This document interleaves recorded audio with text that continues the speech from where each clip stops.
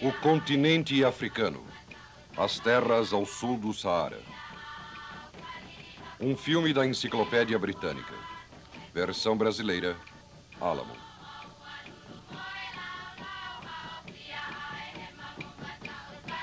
A história da África remonta a uma era que se perde na antiguidade.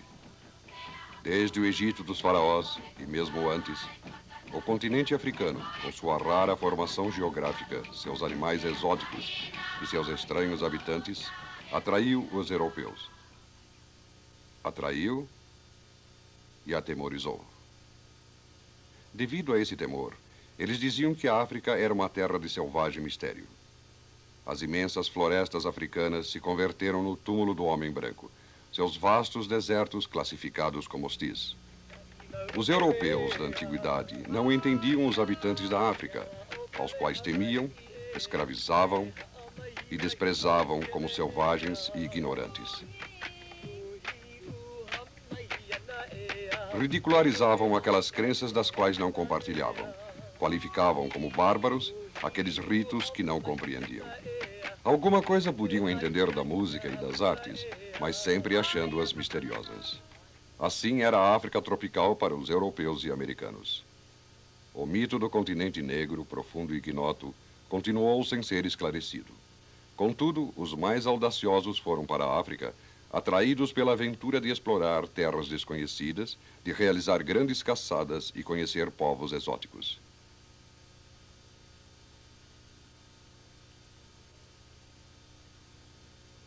Outros quiseram levar aos africanos o cristianismo e aquilo que, a seu juízo, eram os benefícios da civilização. A maioria, porém, chegou atraída pelas riquezas provenientes da borracha, da cana-de-açúcar, do marfim e do azeite de dendê. No século XIX, foram buscar os minerais do subsolo, o ouro da África Meridional e da Costa do Ouro, os diamantes do Congo, da região de Kimberley, da Tanganica e Gana, o estanho da Nigéria, o cobre e o urânio do Congo. Apesar das dificuldades da viagem, a expansão da Europa estimulou a conquista da África.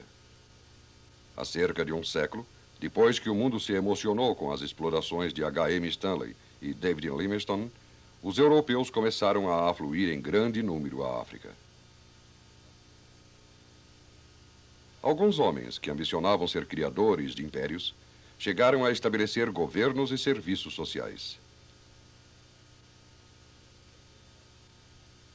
Poucas décadas depois, grandes cidades como Joanesburgo, uma das maiores da África de hoje, surgiram em meio aos desertos, às planícies e às florestas.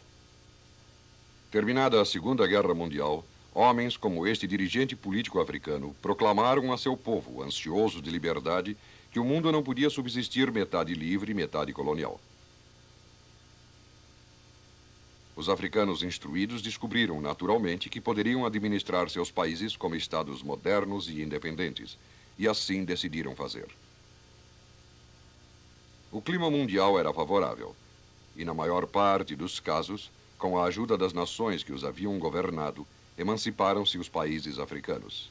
A pequena, mas ativa classe alta do continente passou a exercer o governo de sua terra. Tal como fizera a Nigéria, pouco menos de um século depois da expedição de Stanley Livingstone, a maior parte da África se libertou do colonialismo e se converteu num grupo de nações independentes.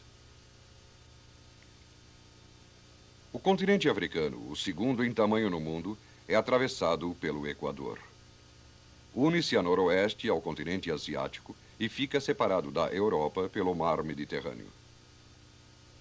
Mares importantes banham suas costas, o Mediterrâneo ao norte, o Mar Vermelho e o Oceano Índico a leste, e o Oceano Atlântico a oeste. O continente africano, tanto geográfica como culturalmente, está dividido em dois. O norte é considerado parte do meridiano oeste e está separado da outra região pelo maior deserto do mundo, o Saara. São duas regiões muito diferentes. O norte, que se estende pela parte superior do continente, do Mediterrâneo ao Saara, pertence geologicamente à região mediterrânea da Europa e Ásia e historicamente recebeu sobretudo influência da Ásia Menor e da Europa. Todo o continente, para além do Saara, é um planalto cercado quase inteiramente por montanhas que descem abruptamente para as terras do litoral. Na parte centro-leste, erguem-se altas montanhas. O Monte Kilimanjaro, o cume mais alto, alcança uma altitude de 6.010 metros.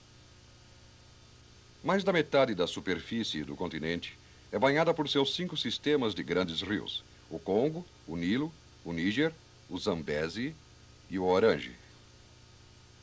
Somente o Níger-Benue é navegável desde o mar, mas todos têm navegação interna. Muitos desses rios avançam espetacularmente desde o Planalto Central, formando cataratas, como as de Vitória, que tem mais do dobro da altura das de Niágara, na América do Norte. –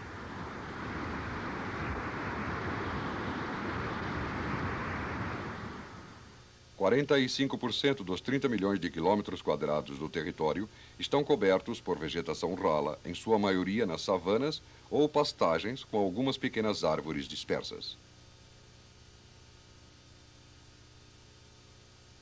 Ao sul, há extensões de planícies secas e desertos, com os característicos matocos e capinzais desses lugares.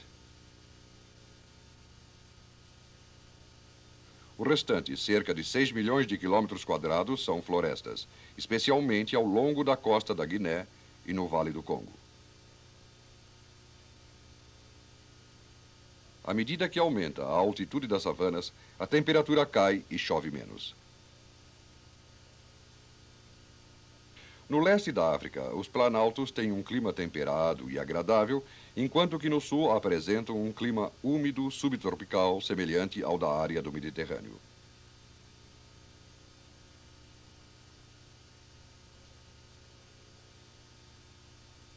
Embora durante séculos tivesse havido invasões europeias pelo litoral e no sul, ainda não ocorrera uma conquista em grande escala.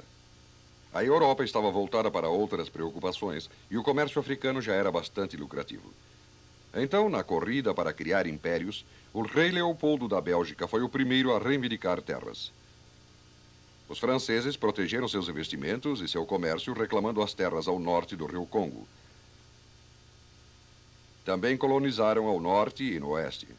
Os ingleses, influenciados pelo sonho de Cecil Rhodes de dominar desde o Cairo até o Cabo, estabeleceram-se em grande parte do continente africano. Os portugueses consolidaram suas conquistas nas costas do centro-sul da África, mas os ingleses frustraram seu plano de criar uma faixa de terra que atravessasse o continente. Os alemães, os italianos e os espanhóis também se apoderaram de territórios, mas os alemães perderam os seus ao serem derrotados na Primeira Guerra Mundial.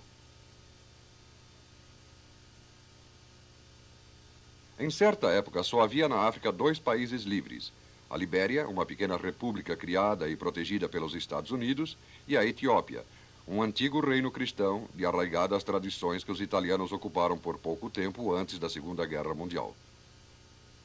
Com o domínio europeu, mais e mais homens brancos foram chegando. Mas eles eram só 5 milhões de pessoas, pequenas colônias disseminadas entre os 200 milhões de africanos. Muitos povos indígenas viviam ainda em aldeias. A maioria dependia da agricultura, na qual trabalhavam com utensílios manuais. Esses métodos pareciam atrasados, mas muito poucas áreas careciam de alimento.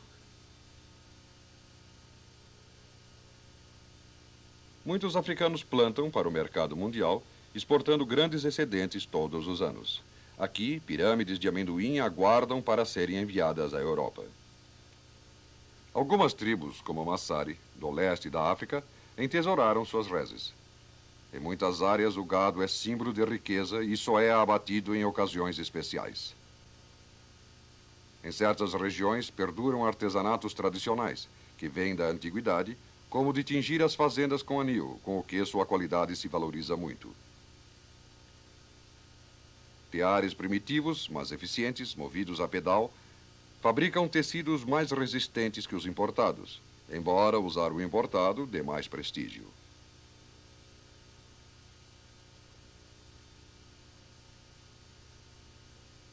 Muitos modificam os utensílios importados, dando-lhes formas mais práticas para cozinhar, a tradicional maneira africana.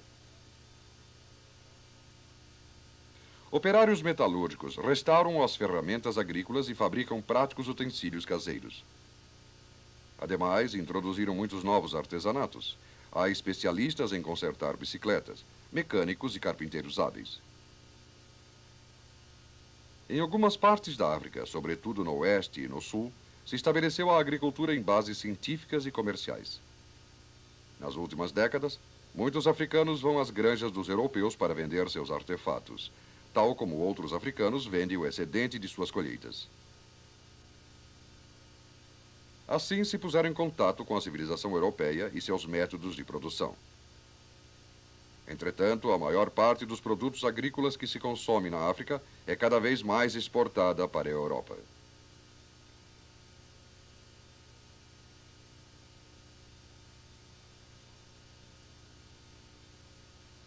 A maior concentração de agricultores brancos são os africanders, de descendência holandesa, ou huguenotes, e os ingleses no sul da África. Esses descendentes de imigrantes estão há mais de 2 séculos na região. A República Sul-Africana é a maior nação dominada por brancos no continente.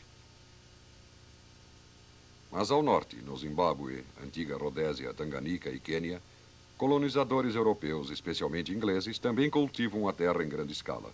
Aqui se colhe sisal para logo convertê-lo em cordas e barbantes.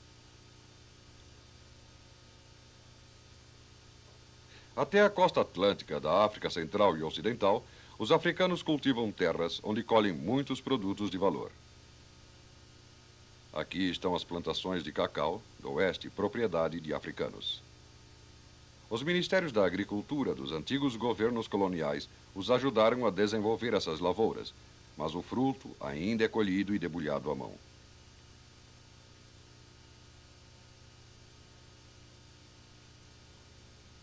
Aqui há cafezais e um dos maiores produtos de exportação, os cocos, dos quais se extrai o azeite de dendê, usado para fazer sabão e para cozinhar.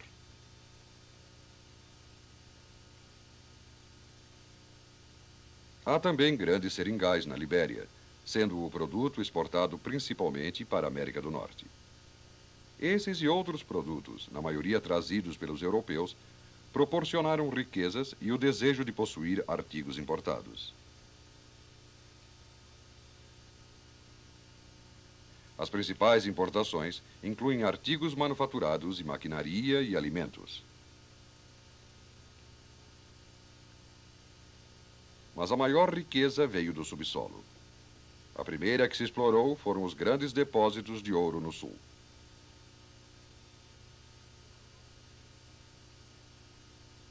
Com o trabalho de africanos trazidos das tribos do sul e das áreas vizinhas, sobretudo operários contratados em Moçambique, produzem-se riquezas que sustentam a prosperidade da África do Sul.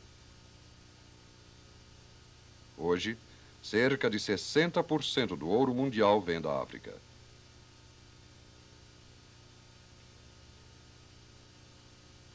As minas de diamantes de Kimberley, também no sul, e as do Congo, Gana e Tanganica, suprem a maior parte do mercado mundial. Os diamantes industriais procedem do Congo e as pedras preciosas da África Austral.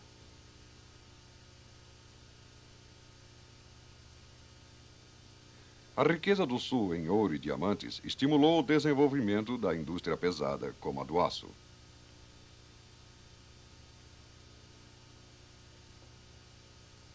Uma grande variedade de indústrias manufatureiras começou a suprir as necessidades da população da África Austral. Igualmente importantes, de outros minerais, são o vasto Vale do Congo e as regiões adjacentes na África Oriental e Ocidental. A região de Katanga contém quase 20% do cobre mundial. Aqui também, os operários africanos produzem o minério necessário para as nações industriais da Europa e América.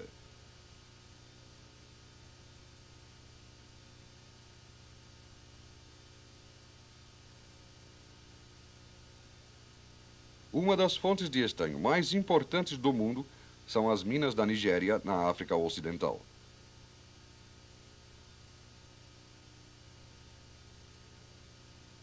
O descobrimento na Nigéria da matéria-prima que produz o alumínio deu lugar à criação de uma importante indústria. Os africanos, atraídos pelas minas, pelas fábricas e pelos empregos da cidade, recebiam salários baixos, mas, tal como os operários agrícolas, assimilaram os costumes da vida ocidental moderna. Com o desenvolvimento das indústrias, estendeu-se mais rapidamente o modo de vida europeu.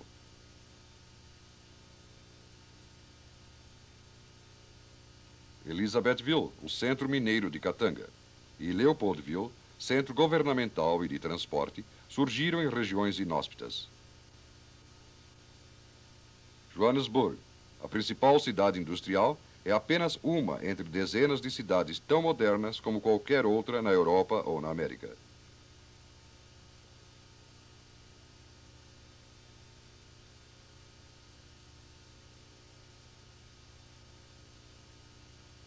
Em muitas partes do continente, sobretudo no sul, os bairros negros ficam isolados na zona dos brancos, embora tenham casas modernas e serviços sociais.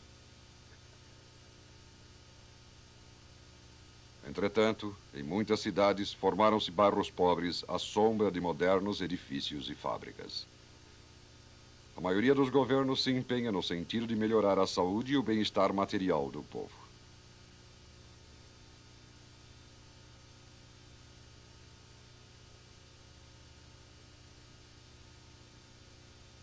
Também fizeram grandes esforços no campo da educação. Mas ainda em 1960, somente cerca de 1.000 africanos tinham condições de ir um pouco além da instrução rudimentar. Uns poucos afortunados podiam frequentar uma universidade no continente ou na Europa e América.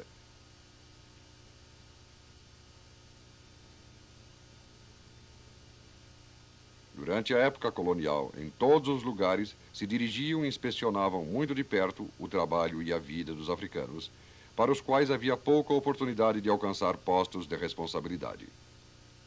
Os brancos se mantinham isolados e, em muitos aspectos da vida, eram só eles a desfrutar os privilégios e vantagens da classe dominante. Os africanos adotaram, com grandes diferenças, os métodos de governo vigentes em países europeus, mas em toda parte verificou-se o mesmo resultado: o enfraquecimento da organização tradicional das tribos, substituída por uma nova forma de vida, o que inevitavelmente provocou uma revolução política. Desde que terminou a Segunda Guerra Mundial, os africanos criaram movimentos organizados para dirigir tanto sua vida econômica como seu próprio governo. A revolta foi pacífica em muitos territórios e violenta em poucos.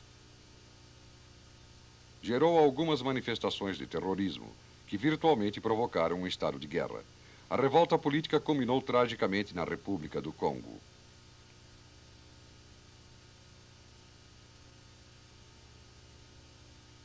Mas em muitos países, especialmente Nigéria e Gana, o povo conseguiu a liberdade através de procedimentos ordenados do seu governo. Por toda parte surgiram nações africanas independentes.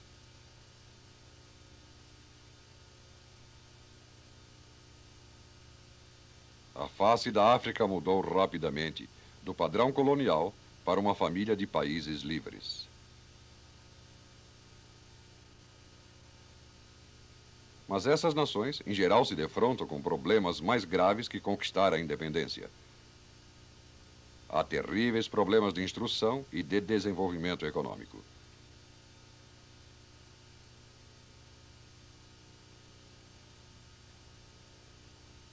Na maioria dos países, nas colônias que ainda perduram, há poucas pessoas capacitadas para serem bons artesãos ou hábeis dirigentes de um governo próprio.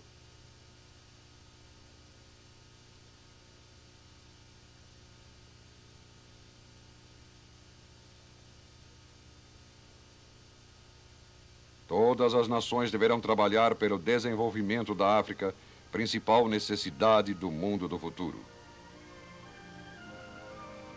Mas a resposta a isso está no próprio povo, em sua capacidade de se instruir e formar pessoas que possam realizar a tarefa de dominar o meio ambiente e criar uma forma de vida ordenada e próspera.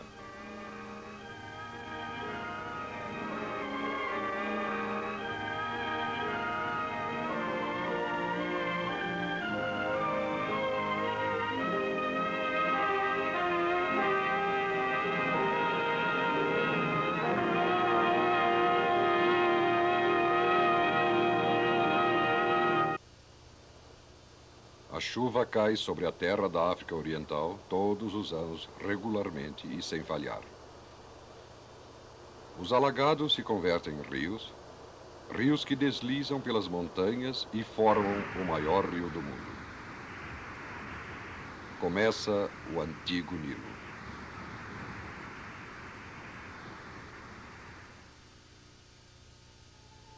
O Vale do Nilo e seus habitantes. Um filme da Enciclopédia Britânica. Versão brasileira, Álamo.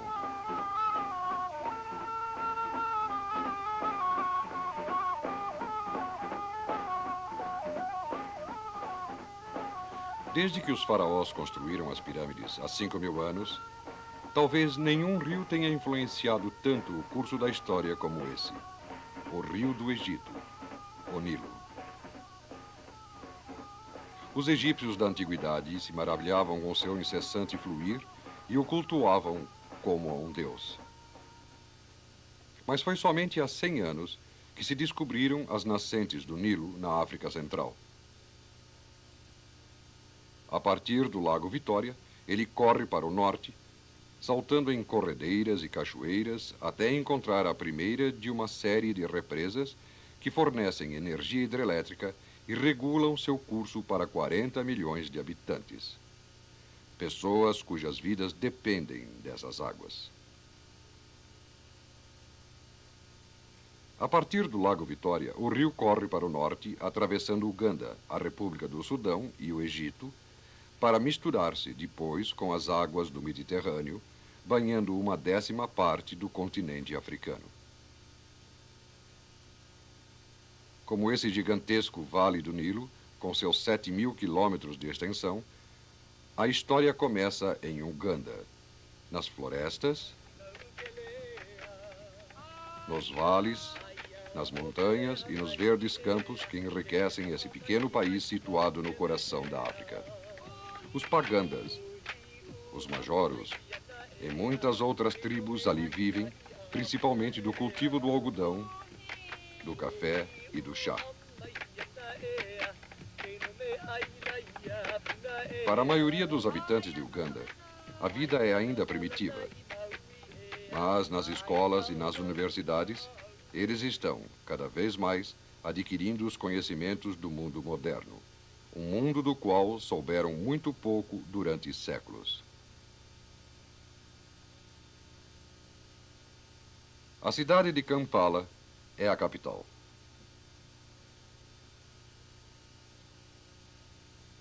Nos modernos edifícios do governo, o povo de Uganda administra os assuntos de sua nova nação independente, de mais de 8 milhões de habitantes, cuja maioria é cristã.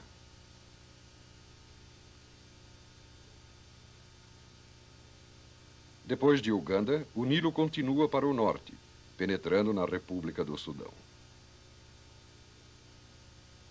Em superfície, o Sudão equivale à 4ª parte dos Estados Unidos, mas tem uma população de somente 21 milhões de habitantes. Geograficamente, está dividido entre o deserto do norte e as savanas e pantanais do sul. Nesses pantanais, abundam os animais selvagens.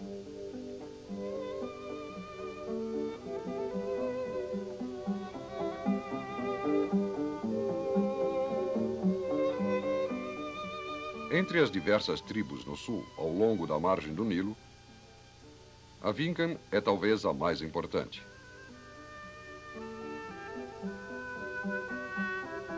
Em sua maioria, são pastores que criam gado. Para eles, a riqueza se mede não em dinheiro, mas em número de reses. Outros Vincans passam parte de suas vidas em canoas nos pantanais próximos do rio, dedicando-se principalmente à pesca.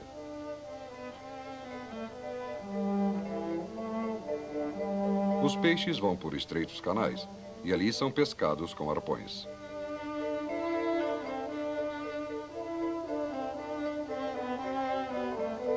Embora a maioria dos Vincans ainda viva como há séculos, no sul do Sudão estão ocorrendo grandes mudanças.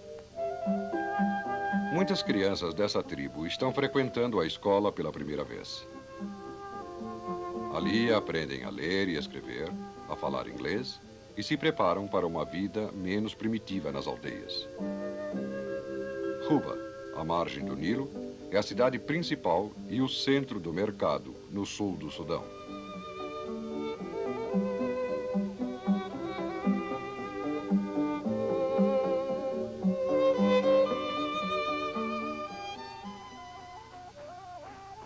Ali, o Nilo começa a ganhar importância como via navegável.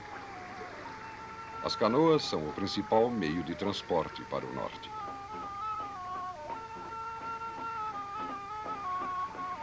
A poucos quilômetros de Juba, as canoas encontram uma imensa área pantanosa chamada Ossud. Um infinito e melancólico mar de papiro se estende por centenas de quilômetros quadrados. Este é provavelmente o maior e mais impenetrável pantanal do mundo. O Nilo Branco, como se chama aqui.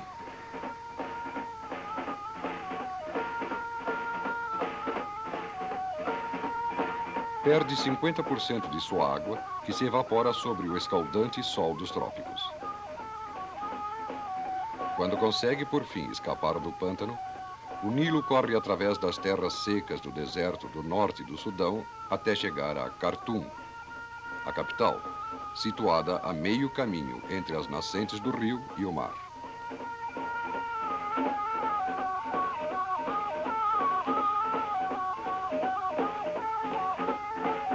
Embora os habitantes de Khartoum pertençam a várias tribos sudanesas, seu idioma comum é o árabe e praticam a religião muçulmana. Os sudaneses ainda recordam o tempo em que seu país era governado pela Inglaterra e Egito, com o palácio presidencial ocupado por um governador-geral inglês. A ininterrupta amizade do Sudão com o mundo ocidental contribuiu para dar a esse país uma segurança e estabilidade que não existem em outras nações da África.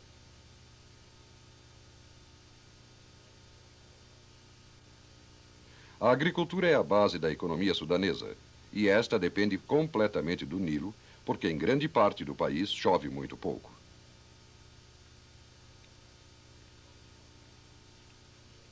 As numerosas barragens do Nilo represam grandes quantidades de água.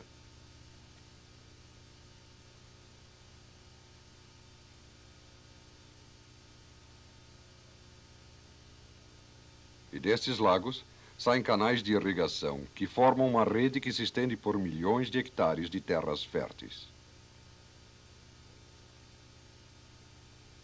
O algodão, a principal cultura, é um dos melhores do mundo e cresce em enormes campos semeados e administrados pelo governo e banhados pelo Nilo Branco.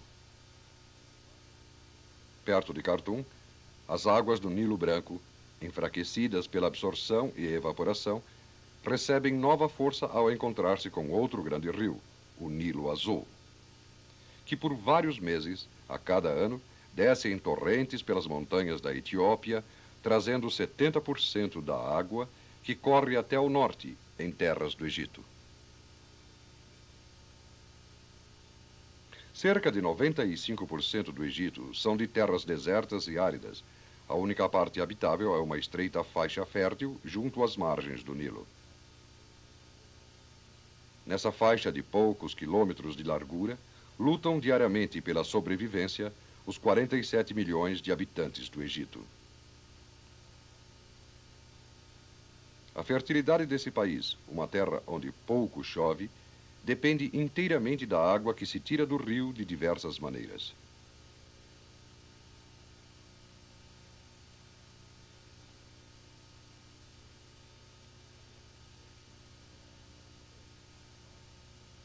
A agricultura é também a base da economia egípcia e, como no Sudão, o algodão é a cultura mais importante. Também se cultiva a cana-de-açúcar.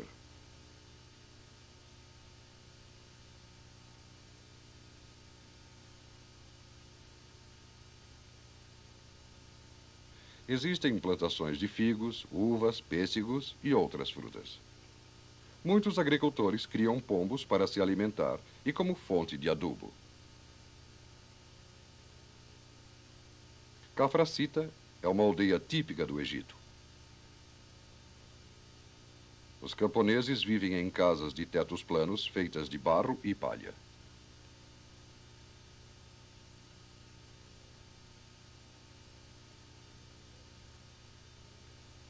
As mulheres e as meninas pouco saem de casa. Os homens e os meninos fazem o trabalho agrícola. Uma planta parecida com o trevo é cultivada para a forragem. Como há pouca terra para pastagens e essa estreita faixa é superpovoada, os animais se mantêm perto de casa e aí recebem alimento.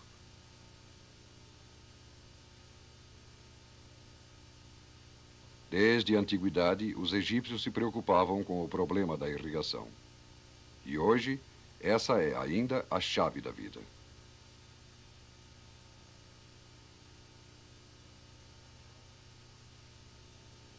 Barragens, como as de Uganda e do Sudão, refreiam o Nilo para que ele não corra inaproveitado até ao Mediterrâneo. No sul do Egito, desenvolveram-se os trabalhos para a construção de uma gigantesca barragem que faz as outras parecerem minúsculas, a represa de Assuan, que engenheiros russos construíram com máquinas também russas a um custo de 1 bilhão e 200 milhões de dólares.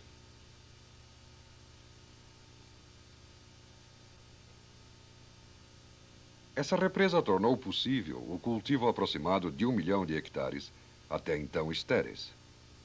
Surgiram novas granjas para 5 milhões de camponeses e a energia elétrica, ali gerada, atendeu à crescente demanda das indústrias egípcias.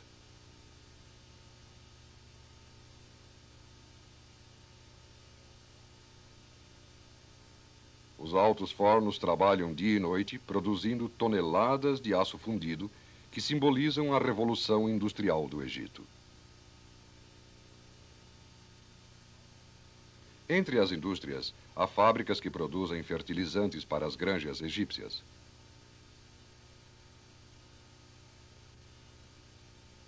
As fábricas têxteis produzem anualmente quilômetros de tecidos, feitos com o algodão do país. A maior parte das indústrias fica perto do Cairo, junto ao Nilo. Cairo, capital do Egito, é a maior cidade da África e, sem dúvida, o coração do mundo árabe.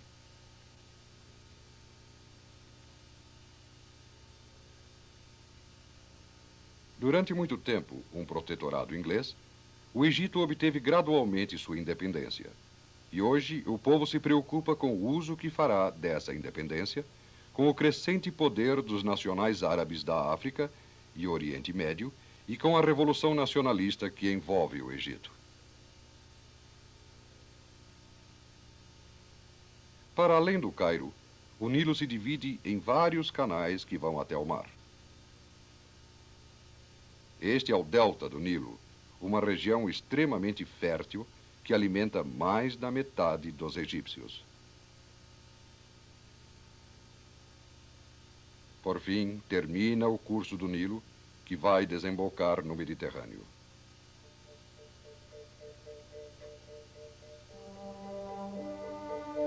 Há 5.000 anos, se desenvolveu nas margens do Nilo uma das primeiras grandes civilizações da Terra. E durante 5.000 anos, os habitantes desse vale dependeram do rio para sobreviver. Hoje, aquele que os faraós chamaram o Senhor de todos os rios, continua sendo o que foi 50 séculos atrás, o dono de seus destinos.